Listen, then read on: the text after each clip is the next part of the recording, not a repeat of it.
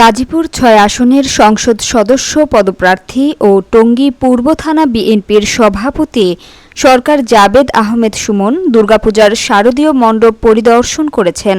বিস্তারিত থাকছে গাজীপুরের টঙ্গী থেকে শাকিল আল ফারুকীর প্রতিবেদনে। ক্যামেরায় ছিলেন আশরাফুল আলম। বুধবার সন্ধ্যা থেকে গভীর রাত পর্যন্ত তিনি টঙ্গী পূর্ব থানার আমতলী, কেরানীর টেক, মোরকুন, শিলমন, পাগারসহ ৭টি পূজা মণ্ডপ ঘুরে দেখেন। এ সময় তিনি বিএনপির ভারপ্রাপ্ত চেয়ারম্যান ও আগামী রাষ্ট্রনায়ক তারেক রহমানের পক্ষ থেকে উপহার সামগ্রী পৌঁছে দেন।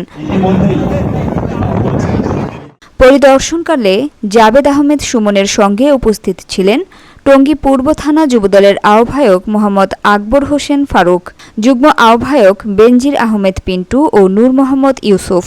এছাড়া ৫৩ নং ওয়ার্ড বিএনপি সভাপতি আনিসুর রহমান শিপন, ৫৪ নং ওয়ার্ড সাধারণ সম্পাদক নিশাত মাহমুদ জালাল, ৪৮ নং ওয়ার্ড বিএনপি সভাপতি হাজী কসিম উদ্দিন, সাধারণ সম্পাদক নাসির উদ্দিন মৃধা, বিজয় সরকারসহ বিএনপি ও সহযোগী সংগঠনের নেতাকর্মীরা উপস্থিত ছিলেন।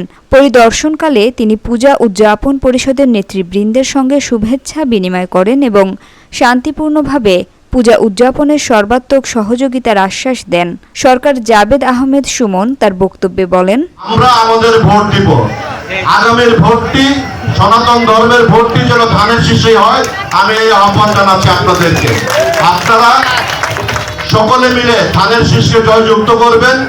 আগামী গাজীপুর ৬ সংসদীয় যে নতুন আসনটি হয়েছে, সেই আসন থেকে আমি বিএনপির মনোনয়ন প্রত্যাশী।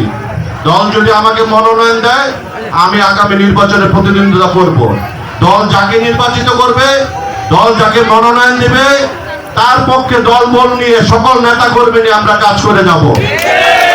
কারণ আমি জনাব তারেক রহমানের একজন কর্মী হিসাবে এই নিশ্চয়তা দিতে চাই যে আমি দলের বাইরে যাওয়ার কোনো সুযোগ আমার নেই।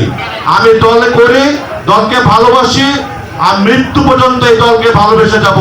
দলের সিদ্ধান্ত মাথা পেতে নিয়ে মাঠে কাজ করে যাব। বিগত দিনে আন্দোলন সংগ্রামে যেভাবে আমি কাজ করেছি, ঠিক আগামী নির্বাচন পর্যন্ত আমাদের এই সংগ্রাম, আমাদের এই আন্দোলন চলবে। মানুষের ভোটের অধিকার, মানুষের গণতন্ত্র ফিরিয়ে দেওয়ার জন্য আমরা আন্দোলন করে যাব ইনশাআল্লাহ। আপনাদের কাছে